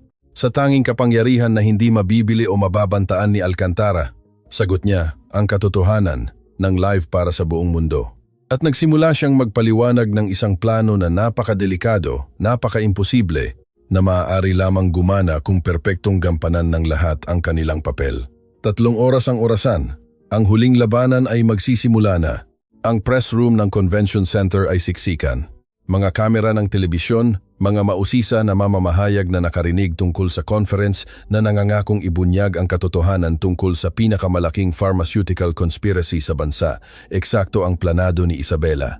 Maximum public exposure. Ngunit ang hindi alam ng sinuman ay hindi lang ito isang press conference, ito ay isang patibong at ang pain ay siya mismo. Sigurado ka ba rito? Muling tanong ni Liza, inaayos ang maliit na microphone na nakatago sa blusa ni Isabela. Kung may magkamali, mamamatay din ang tatay ko, sagot ni Isabela nang may kalmadong hindi niya nararamdaman. Ito lang ang tanging pagkakataon natin. Kinakabahan na tiningnan ni Attorney Ricardo Gomez ang kanyang relo. Sinabi ni Dr. Lim na ilalagay niya si Mateo sa posisyon ng 11 Beatos Slam. Alas 10:55 na. Labing ni mo. At si Hukom de la Cruz? Tanong ni Isabela. Papunta na, kumpirma ni Gomez. Ngunit Isabela, kailangan mong intindihin ang isang bagay. Kung susubukan talaga ni Santiago ang pinlano mo, baka hindi tumugon ang kanyang katawan. Hindi nawawala ang psychogenic paralysis dahil lang gusto mo. Kailangan ito ng matinding emosyonal na katalista. Alam ko, tumingin si Isabela sa entablado kung saan nakaupo na ang 12-dosenang pasyente na iniligtas ng kanyang ama handa ng sumaksi. Kaya gagana yan. Bumukas ang mga pinto at pumasok si Aling Nena Morales, sinundan ni Hukom Santiago de la Cruz sa kanyang wheelchair. Ngunit napansin ni Isabela ang isang kakaiba sa kanya. May determinasyon sa kanyang mga mata. Layunin. Handa na ba ang lahat? Tanong ni de la Cruz. Lahat, kumpirma ni Gomez. Ang mga live broadcast ay magsisimula sa eksaktong 10 minuto. 20 magkakaibang channel kasama ang mga online stream. Kapag nagsimula, wala nang atrasan. Mabuti, tumango si de la Cruz dahil kumpirmado na ang pagdalo ni Don Eduardo Alcantara. Ang katahimikan na sumunod ay nakuryente. Ano? Halos sumigaw si Liza. Pupunta dito si Alcantara? Personally ko siyang inimbitahan. Ngumiti si de la Cruz ng walang saya. Sinabi ko sa kanya na kung gusto niyang pigilan ang conference na ito, kailangan niyang harapin ako ng harapan. Hindi pinahintulutan ng kanyang ego na tumanggi siya. Iyan ay perpekto, sabi ni Isabela. Ang kanyang isip ay inaayos na ang plano. Kung narito siya, hindi niya masaktan ang tatay ko. Kakailanganin niya si tatay bilang pambawi. Eksakto, sumang-ayon si de la Cruz. Ngunit mag-ingat ka anak, delikado si Alcantara kapag na-corner. 10:55. Puno ang bulwagan. Nakaposisyon ang mga kamera. Inihahanda ng mga mamamahayag ang kanilang mga tanong. At sa isang lugar sa gitna ng maraming tao, alam ni Isabela na naghihintay ng utos ang mga tauhan ni Alcantara. Alas 11:11, umakyat si Attorney Ricardo Gomez sa entablado. Agad na humupa ang bulungan ng maraming tao. Mga ginang at ginoo. Umalingaw-ngaw ang kanyang boses sa mga speaker. Salamat sa pagdalo sa conference na ito na magbabago sa paraan ng pag-unawa niyo sa sistema ng kalusugan ng bansang ito. Sa sandaling iyon, bumukas ang mga likurang pinto. Pumasok si Don Eduardo Alcantara na parang siya ang may-ari ng lugar. Matangkad, pilak ang buhok, perpektong ayos, traje na mas mahal pa kaysa sa isang bagong kotse. Ang kanyang presensya ay humihiling ng atensyon, ngunit may napansin si Isabela. Ang kanyang mga mata ay mabilis na naghahanap ng isang bagay o isang tao. Narito kami, patuloy ni Gomez, para ilantad ang isang sabwatan na nagkakahalaga ng mga inosenteng buhay para ibunyag kung paano minanipula ng isang kumpanya ng gamot ang mga gamot, binayaran ng mga opisyal at pinatay ang mga nagbabanta na ibunyag ang katotohanan. Huminto si Alcantara sa gitna ng pasilyo. Ang kanyang mukha ay nanatiling kalmado, ngunit nakita ni Isabela ang tensyon sa kanyang mga balikat. At para magsimula, itinuro ni Gomez si Isabela. Gusto kong ipakilala sa inyo ang taong nagkaroon ng tapang na hindi nagkaroon ng maraming matatanda. Isabela Reyes. Umakyat si Isabela sa entablado. Lumiko ang mga kamera patungo sa kanya. Libo-libo, marahil milyon-milyon ang nanonood sa sandaling iyon. Ang kanyang puso ay tumibok ng napakalakas na naisip niya na maririnig ito ng lahat. Ang pangalan ko ay Isabela Reyes. Nagsimula siya. Ang kanyang boses ay pinalakas ng mga mikropono. 10 taong gulang ako at ang tatay ko, si Dr. Mateo Reyes, ay inakusahan ng walang basehan ng isang krimen na hindi niya ginawa. Sa pagdinig, nagsimulang kumilos si Alcantara patungo sa harapan. Ang kanyang mga bodyguard ay estratehikong kumalat sa bulwagan. Ngunit hindi lang ako narito para ipagtanggol siya. Nagpatuloy si Isabela. Narito ako para akusahan ang tunay na kriminal, ang lalaking responsable sa pagkamatay ng 12 marahil daan-daang tao. Ang lalaking nakatayo roon. Itinuro niya direkta si Don Eduardo Alcantara. Mabilis na lumiko ang mga kamera, sumabog ang mga flash. Nanigas si Alcantara, nahuli sa sentro ng atensyon ng 20 kamera na nag-broadcast ng live. Iyan ay napakaseryosong akusasyon, bata, sabi ni Alcantara ng may kontrol na boses. Ngunit nakita ni Isabela ang lason sa likod ng maskara. Mga akusasyon na maaaring ituring na paninirang puri. Paninirang puri. Inilabas ni Isabela ang isang device mula sa kanyang bulsa. Kahit na mayroon ako nito, ito ang USB na ibinigay ni Dr. Lim, na naglalaman ng mga recording, dokumento, hindi matatawarang ebidensya. Ito, itinaas ni Isabela ng mataas. May mga recording ng pag-utos mo sa paglason kay Ricardo Mendez. May mga bank transfer na nagbabayad ng suhol sa mga hukom, pulis at doktor. May mga listahan ng lahat ng mga ospital na nakatanggap ng depektibong gamot. Lahat, nawala ang kulay sa mukha ni Alcantara. Iyan ay imposible. Walang ganoong ebidensya. Hindi. Sumali ang isang bagong boses. Umakyat si Dr. Gabriel Lim sa entablado. Ang kanyang mukha ay ipinakita sa malalaking screen dahil personally ko itong kinolekta. Bawat pag-uusap na nagkaroon ako sa iyo, bawat instruksyon na ibinigay mo sa akin para magsinungaling sa hukuman, lahat ay recorded. Umaatras si Alcantara. Ang kanyang mga mata ay mabilis na naghahanap ng labasan. At hindi lang ang salita ko laban sa iyo. Nagpatuloy si Lim. 37 doktor pa ang handang sumaksi. Lahat ay sinuhulan mo. Lahat ay pagod na sa pamumuhay ng may pagkakasala. Bukod pa rito, iginulong ni Hukom Santiago de la Cruz ang kanyang upuan patungo sa harapan ng entablado. Ako mismo ay sasaksi tungkol sa mga banta na natanggap ko para hatulan si Dr. Reyes. Mga banta laban sa aking pamilya, laban sa aking anak. Sumabog ang bulwagan. Sumisigaw ng mga tanong ang mga mamamahayag. Nakatuon ang mga kamera kay Alcantara na ngayon ay malinaw na nagpapanik. Ito ay isang sirkus. Sigaw niya sa wakas. Isang sabwatan laban sa isang matagumpay na negosyante. Wala kayong anumang bagay. Wala kaming anumang bagay. Lumitaw si Liza de la Vega sa isang screen sa gilid sa pamamagitan ng video conference. Nagsimula siyang mag-play ng isang recording. Hindi maaaring magkamali ang boses ni Alcantara. 2 araw pagkatapos ng press conference na nagpagulantang sa bansa, nagising si Isabela sa isang kama sa ospital. Hindi siya nasaktan, ngunit ang emosyonal at pisikal na pagod ng mga nakaraang linggo ay sa wakas ay nakaabot sa kanya. Iginigiit ng mga doktor na kailangan niya ng pahinga at obserbasyon. Natutulog ang kanyang ama sa isang upuan sa tabi niya, hawak ang kamay ni Mateo, kahit sa panaginip. Si Hukom Santiago de la Cruz ay nasa katabing silid, sumasailalim sa matinding physical therapy. Ang mga video niya na tumatayo ay nag-viral, napanood ng mahigit 65 milyong beses sa loob ng wala pang 48 oras. Ngunit hindi naramdaman ni Isabela ang pagwawagi. Naramdaman niya ang isang madilim na papalapit. Dahan-dahang bumukas ang pinto. Pumasok si attorney. Ricardo Gomez, ang kanyang seryosong ekspresyon ay nagsasabi ng lahat bago pa siya magsalita. Kailangan nating mag-usap. Bulong niya. Sinusubukang huwag gisingin si Mateo. Ngayon. Dahan-dahang bumaba si Isabela sa kama. Sinundan niya si Gomez sa walang laman na pasilyo ng ospital kung saan naghihintay si Investigador Liza de la Vega na may nanginginig na tablet sa mga kamay. Ano ang nangyari? Tanong ni Isabela. Bagaman ang bahagi niya ay ayaw malaman ang sagot. Nakilala namin ang kasosyo ni Alcantara. Ibinigay ni Liza ang tablet. Sa screen ay lumitaw ang litrato ng isang matandang babae. Halos 60 taong gulang, elegante, na may malamig na mga mata na tila nakakakita sa kaluluwa. Ang pangalan niya ay Regina Castro, isang doktor. Nagkunot noo si Isabela. Siya ang amo ni Alcantara. Hindi, eksakto, paliwanag ni Gomez. Siya ay mas masahol pa. Si Alcantara ay ang pampublikong mukha lamang, si Regina Castro ang tunay na kumokontrol sa Phoenix Laboratories at kinokontrol din niya ang 3 pribadong ospital, 2 medical insurance company at may koneksyon sa mga politiko sa pinakamataas na antas.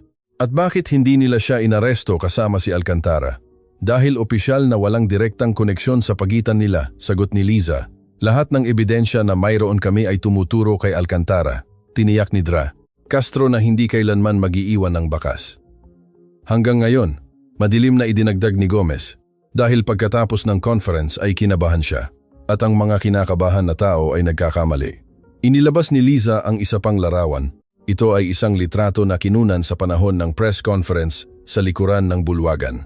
Isang payat na lalaki, halos 40 taong gulang, na may madilim na salamin, ang maingat na kumukuha ng mga tala. Naramdaman ni Isabela na nilamig ang kanyang dugo. Siya ay nasa hukuman. Noong araw na nagsimula ang lahat, nakita ko siya sa gallery. Ang pangalan niya ay Benito Santos, kumpirma ni Gomez. Direkta siyang nagtatrabaho para kay Castro. Idinodokumento niya ang bawat galaw na ginawa namin, bawat tao na kinausap namin. Bakit? Naramdaman ni Isabela ang isang primal na takot na gumagapang sa kanyang likod. Dahil hindi lang paghihiganti ang gusto ni Castro. Isinara ni Liza ang tablet, hindi na makatingin pa sa mga larawan. Gusto niyang magpadala ng mensahe na walang sinuman ang makakailantad sa kanya at makakaligtas upang magkuwento. Lumuhod si Gomez sa harap ni Isabela. Hawak ang kanyang mga balikat ng may kabaitan, ngunit matatag. Isabela, kailangan mo akong pakinggan ng napakamaingat. Ang babaeng ito ay mas delikado kaysa kay Alcantara dahil matalino siya. Hindi kanya direktang aatakehin. Gagawin niya ang mas masahol pa.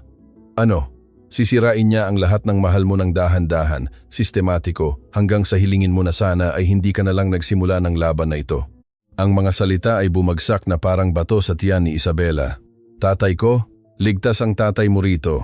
May mga guwardiya kami sa bawat pasukan, tiniyak ni Gomez. Ngunit may iba pang mga taong tumulong. Si Aling Nena Morales, si Dr. Lim, si Hukom de la Cruz, lahat sila ngayon ay mga target na parang kinukumpirma ng universo ang kanyang mga salita. Tumunog ang telepono ni Liza, sinagot niya. Saglit siyang nakinig at nawala ang lahat ng kulay sa kanyang mukha. Ano? Sigaw ni Gomez. Kakaatake lang kay Aling Nena Morales. May pumasok sa kanyang bahay. Sinira ang lahat. Nag-iwan ng isang sulat. Ano? Ang sabi ng sulat. Itinaas ni Liza ang telepono na nagpapakita ng isang litrato na ipinadala sa kanya. Ang sulat ay nakasulat sa mga letra na ginupit mula sa mga magasin tulad ng sa mga suspense film. Ang mga bayani ay nagdurugo rin, lalo na ang maliliit. Naramdaman ni Isabela na nanghina ang kanyang mga binti. Hinawakan siya ni Gomez bago pa siya matumba. Kailangan nating ilabas ang lahat dito. Urgent na sabi ni Liza. Ilipat si Mateo, si Santiago, si Isabela sa isang ligtas na lugar kung saan hindi. Pinutol ng boses ni Isabela ang desperasyon. Hindi tayo magtatago. Isabela, bata ka pa. Hindi ka maaaring... Tinapos ko ito. Sigaw niya. Ginulat ang parehong matatanda. Inilantad ko si Alcantara. Kinumbinsi ko ang hukom. Binuo ko ang lahat ng piraso. At hindi ako magtatago ngayon dahil may isang masamang babae na gustong takutin ako. Dumaloy ang luha sa kanyang mukha, ngunit hindi nanginginig ang kanyang boses. Kung gusto niya akong takutin, tatakutin ko rin siya. Ipapakita ko sa kanya na anuman ang kanyang kapangyarihan, hindi niya kayang talunin ang isang taong lumalaban para sa pag-ibig. Tiningnan ni Attorney Ricardo Gomez ang bata sa harap niya at nakita ang isang bagay na nagparamdam sa kanya ng pagmamalaki at takot. Nakita niya ang isang taong handang isakripisyo ang lahat. Ano ang iyong mungkahi? Tanong niya sa wakas. Isang patibong. Pinunasan ni Isabela ang kanyang luha. Ngunit sa pagkakataong ito, siya ang daga. Sa katabing silid, si Hukom Santiago de la Cruz ay nakatayo sa harap ng isang parallel bar, gumagawa ng nanginginig ngunit sinasadyang mga hakbang. Inengganyo siya ng physiotherapist, ngunit halos hindi nakikinig si de la Cruz. Ang kanyang isip ay nasa ibang lugar. Bumukas ang pinto at mabilis na pumasok ang kanyang panganay na anak na si Andres de la Cruz. Siya ay isang binata na 25 taong gulang, ang parehong tao na iniligtas ni Dr. Mateo ilang taon na ang nakakaraan. Tatay, hiningal siya. Kailangan kong kausapin ka. Urgent ito. Naupo si de la Cruz sa wheelchair, pagod, ngunit nasisiyahan sa kanyang pagunlad. Ano ang problema, anak? Natanggap ko ito ngayon. Iniabot ni Andres ang isang sobre. Sa loob ay may mga litrato. Mga litrato niya na lumalabas sa kanyang apartment, papunta sa trabaho, kumakain ng tanghalian kasama ang mga kaibigan. Bawat litrato ay may pulang X na nakamarka sa kanyang mukha. Nawala ang kulay sa mukha ni de la Cruz. Kailan dumating ito? Kaninang umaga. Tatay, may iba pa? Sinabi nila na kung sasaksi ka laban sa organisasyon ni Alcantara sa darating na paglilitis, ako ay hindi. Pinutol siya ni de la Cruz. Ang kanyang boses ay basag. Hindi ko hahayaan na may mangyari sa iyo. Ako ay, aatras ka? Pagkatapos ng lahat ng nangyari, lumuhod si Andres sa harap ng kanyang ama. Tatay, pakinggan mo ako. Maraming taon akong nakita na nabuhay ka sa upuang iyan, preso hindi ng iyong katawan, kundi ng iyong takot. At ngayon, nang sa wakas ay nakahanap ka ng tapang na tumayo, uupo ka ulit? Ngunit ikaw ang anak ko, hindi ko kayang ipagsapalaran. Iniligtas ako ni Dr. Reyes ng 8 taong gulang ako, putol ni Andres. Binigyan niya ako ng pangalawang pagkakataon sa buhay. At alam mo ba kung ano ang ginawa ko sa pagkakataong iyon? Nag-aral ako ng medisina, naging pediatrician ako. Iniligtas ko ang 12-dosenang bata dahil may nagligtas sa akin muna. Dumaloy ang luha sa mukha ni de la Cruz. Kung mamamatay tayo na pinoprotektahan ang tama, patuloy ni Andres. Kung gayon, namamatay tayo na pinararangalan ang buhay na ibinalik sa akin ni Dr. Reyes. Ngunit kung nabubuhay tayo bilang mga duwag, kung gayon ay iniligtas niya ako ng walang silbi. Niyakap ang ama at anak, parehong umiiyak, parehong natatakot, parehong determinado. Sa sandaling iyon, lumitaw si Isabela sa pinto kasama sina Gomez at Liza. Kagalang-galang na Hukom, sabi niya ng may matatag na boses. Kailangan namin ang iyong tulong muli, ngunit sa pagkakataong ito ay mas delikado kaysa kailanman. Nang gabing iyon, sa isang mansyon sa labas ng lungsod, natanggap ni Dra. Regina Castro ang mga ulat mula kay Benito Santos. Naihatid na ang mga banta, ulat ni Benito. Kinakabahan si Aling Nena Morales, pati ang anak ng Hukom. Sa loob ng 24 oras, lahat sila ay matatakot ng husto para sumaksi. At ang bata? Tanong ni Dra. Castro habang umiinom ng mamahaling alak. Nasa ospital, binabantayan, ngunit vulnerable. Mabuti, ngumiti si Dra. Castro. Ang mga bata ay laging kahinaan ng mga bayani. Kapag nakita ni Dr. Reyes kung ano ang gagawin namin sa kanyang anak. Pasensya na po sa pagputol, sumali ang isang bagong boses sa usapan. Lumingon silang dalawa para makita si Dr. Gabriel Lim na pumapasok sa pangunahing pinto, sinamahan ng mga guwardiya ng seguridad. Dr. Lim, tumayo si Dra. Castro ng tunay na nagulat. Ano ang ginagawa mo rito? Dumating ako para makipagkasundo, sagot ni Lim ng may pagod na boses. Alam kong plano ninyong saktan si Isabela at hindi ko kayang hayaan na mamatay ang isa pang bata dahil sa organisasyong ito. Namatay na ang anak mo, doktor, malupit na sabi ni Benito. Ano pa ang maaaring mawala sa iyo? Ang aking kaluluwa, simpleng sagot ni Lim. Nawala na ang anak ko, nawala na ang aking dangal. Ngunit may isang bagay na hindi ko hahayaan na mawala. Ang pagkakataon na gumawa ng isang tamang bagay bago ako mamatay. Maingat siyang pinag-aralan ni Dra. Castro, ano ang iyong mungkahi? Hayaan niyo akong ilabas si Isabela sa ospital. Bibigyan ko kayo ng perpektong pagkakataon na gawin ang anumang kailangan ninyong gawin. Bilang kapalit, hayaan ninyo si Dr. Reyes at ang lahat ng iba pa. Bakit namin gagawin ang kasunduan na iyan? Nagduda si Benito. Kaya naming kunin ang bata anumang oras na gusto namin. Hindi nyo kaya? Mapait nang umiti si Lim. Dahil ngayon ay mayroon siyang mga guwardiya dahil laging sinusundan siya ng media, anumang halatang galaw ay makikita. Ngunit kung ako, ang lalaking di umano'y nagligtas sa kanya, ay ilalabas siya sa ospital na sinasabi na ito ay para protektahan siya, walang sino man ang magdududa. Isinasaalang-alang ito ni Dra. Castro, at ano ang makukuha mo sa kasunduang ito? Kapayapaan, sagot ni Lim. Ang kapayapaan na malaman na kahit papaano ay may nailigtas ako sa kaguluhang ito. Iligtas ang bata sa pamamagitan ng pagbibigay kay Dr. Reyes. Susuko siya para sa kanya at sa wakas ay makakatingin ako sa aking anak sa langit ng walang kahihiyan. Kumalat ang katahimikan. Sa wakas, tumango si Dra. Castro, sige Dr. Lim, mayroon kang 24 oras para ibigay ang bata. Kung mabibigo ka. Hindi ako mabibigo. Lumingon si Lim para umalis. Bukas sa hating gabi, mapapasa iyo si Isabela Reyes. At ito ay sa wakas, ay matatapos.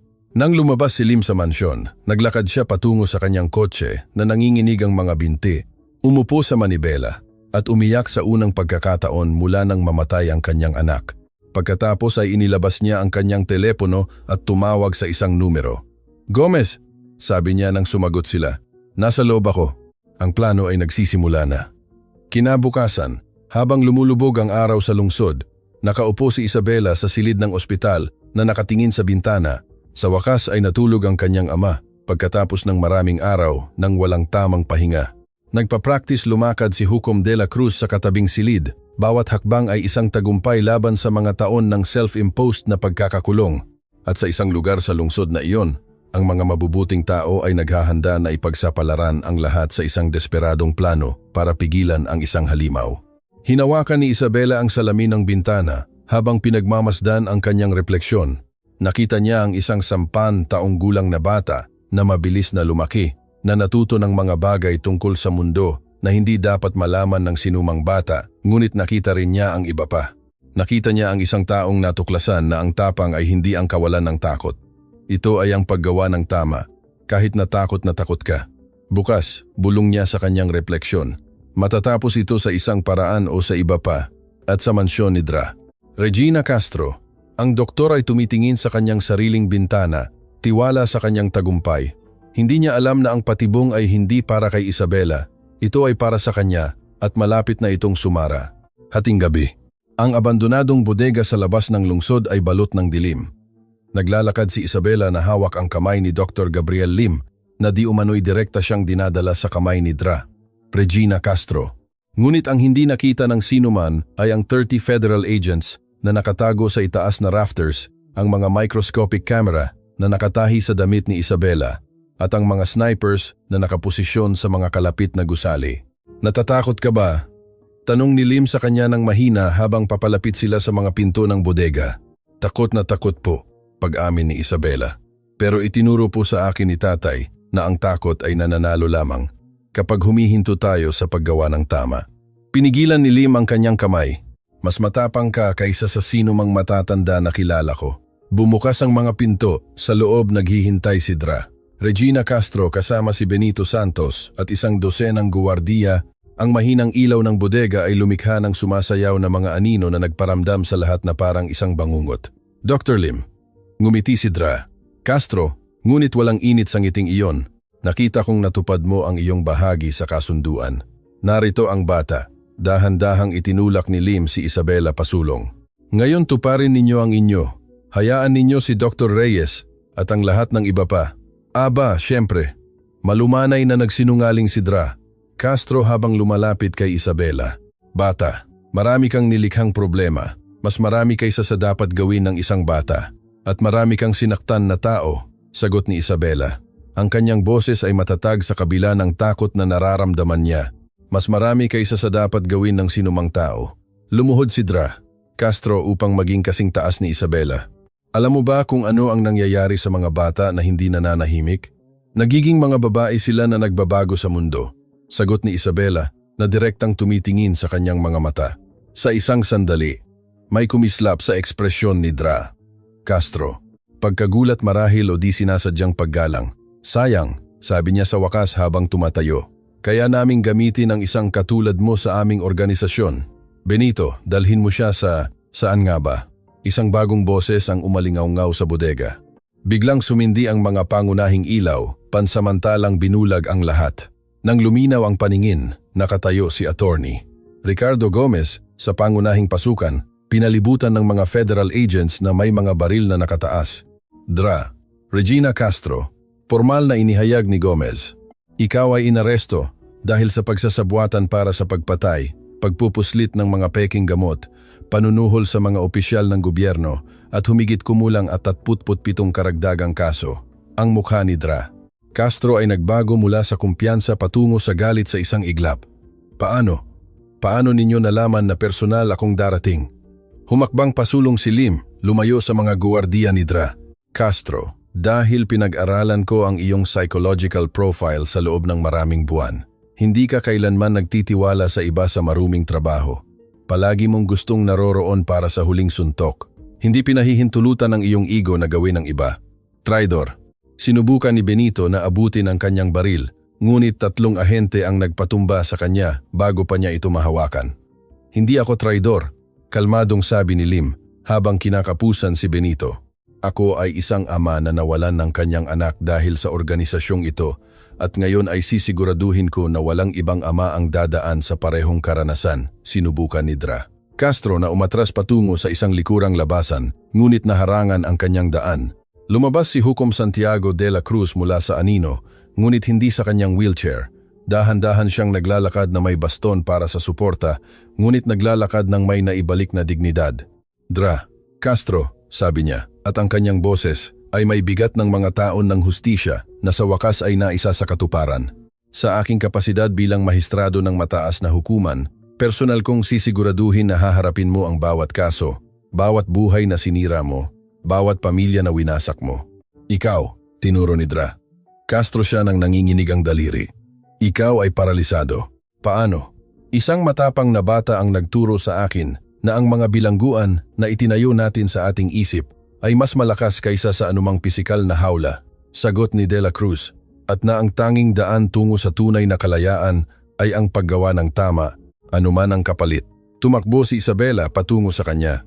Ibinaba ni De La Cruz ang kanyang malayang braso at yumakap siya sa kanyang tagiliran habang pinalibutan ng mga ahente si Dra. Castro. Hindi ito magtatapos dito, sigaw ni Dra. Castro habang kinakapusan siya. May mga abogado ako, koneksyon, mga kaibigan sa matataas na lugar. Mayroon ka. Lumitaw si Investigador Liza de la Vega na may hawak na tablet dahil sa nakaraang 30 minuto habang narito ka, sabay-sabay na inaresto ng mga federal agents ang 17 korap na opisyal sa iyong payroll kasama ang 2 senador, 5 hukom at ang direktor ng Agency Reguladora de Medicamentos nang mamutla si Dra. Castro, dahil hindi lang pinlano ni Isabela na hulihin ka, paliwanag ni Gomez. Pinlano niya na wasakin ang iyong buong network, bawat pangalan sa mga dokumento ni Lim, bawat bank transfer, bawat recorded na pag-uusap, ginamit namin ang lahat. Isang bata, bulong ni Dra. Castro nang may ganap na kawalang paniniwala. Isang 10 taong gulang na bata ang sumira sa akin. Hindi, sabi ni Isabela ng malinaw na boses. Ang iyong sariling kasamaan ang sumira sa iyo. Sinigurado ko lang na makita iyan ng mundo. Sa sandaling iyon, bumukas ang mga likurang pinto ng bodega. Dali-daling pumasok si Dr. Mateo Reyes. Naghihintay siya sa command vehicle bilang bahagi ng plano. Nang makita niya si Isabela na ligtas at maayos, halos manghina ang kanyang mga binti sa ginhawa. Tatay! Tumakbo si Isabela patungo sa kanya. Sumalpok sa kanyang mga braso. Nahuli siya ni Mateo, iniikot siya sa hangin. Malayang dumadaloy ang luha sa kanyang mukha.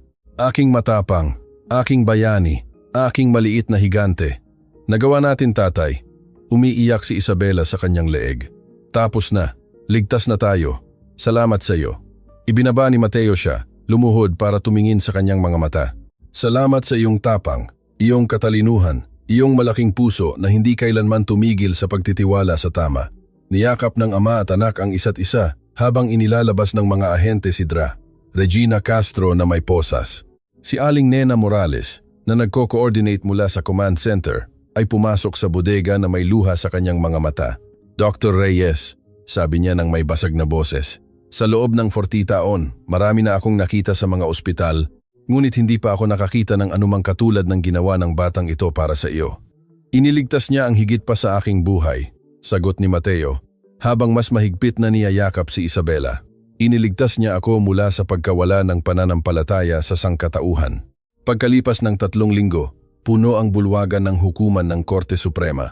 Ngunit sa pagkakataong ito ay hindi para husgahan si Dr. Mateo Reyes, kundi para parangalan siya. Nakaupo si Isabela sa unang hanay, nakasuot ng magandang damit na pinilit bilhin ni Aling Nena Morales. Sa tabi niya ay sina Liza at Gomez. Sa likuran nila ang 12-dosenang pasyente na iniligtas ni Mateo sa loob ng maraming taon. Pinamunuan ni Hukom Santiago de la Cruz ang seremonya. Nakatayo siya sa likod ng estrado, walang baston, walang suporta. Sumailalim siya sa matinding therapy sa loob ng 3 linggo at ngayon ay halos walang hirap na siyang makalakad.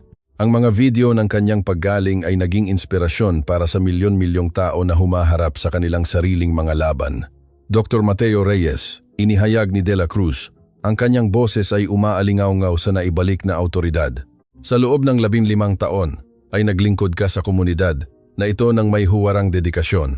Iniligtas mo ang mga buhay nang tumanggi ang iba na mga has. Ipinagtanggol mo ang mga vulnerable nang tumingin ang iba sa kabilang panig.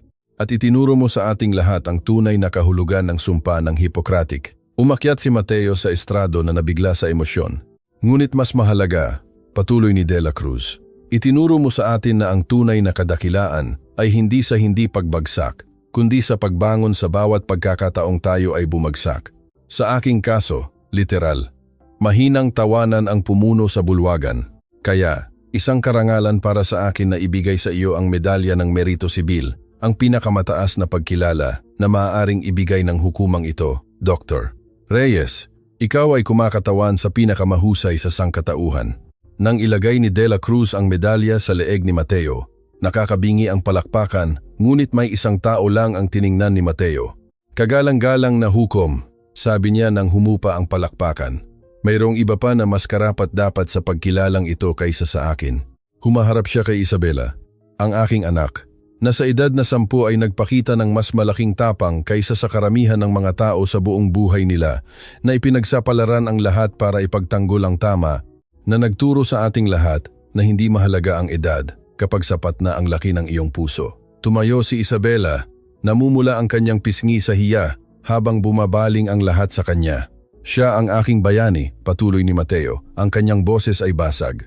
At kung may hustisya sa mundong ito, balang araw ay makakatanggap siya ng pagkilala na nararapat sa kanya. Naniniwala ako, tumayo si Dr. Gabriel Lim mula sa kanyang upuan, na ang araw na iyon ay ngayon.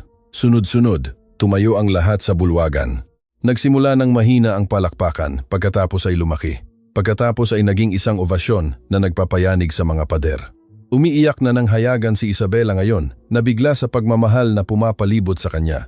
Umakyat si Aling Nena Morales sa estrado at inilagay ang isang korona ng sariwang bulaklak sa ulo ni Isabela para sa pinakamatapang na bata na nakilala ko, bulong niya.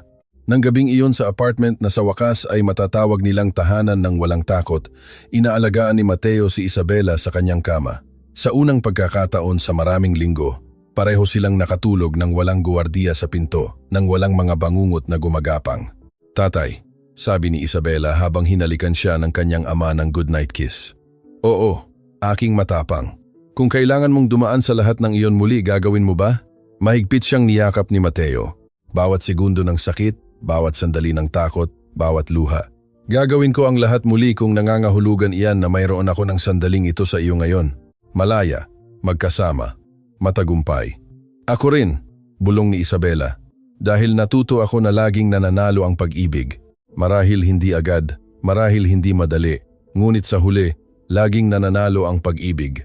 At habang nagniningning ang mga bituin sa itaas, magkayakap ang ama at anak, alam na nilabanan nila ang pinakamahirap na labanan sa kanilang buhay at nanalo sila, hindi dahil sa sila ay mas malakas, hindi dahil sa sila ay mas matalino, kundi dahil hindi sila kailanman tumigil sa pagtitiwala sa kapangyarihan ng paggawa ng tama.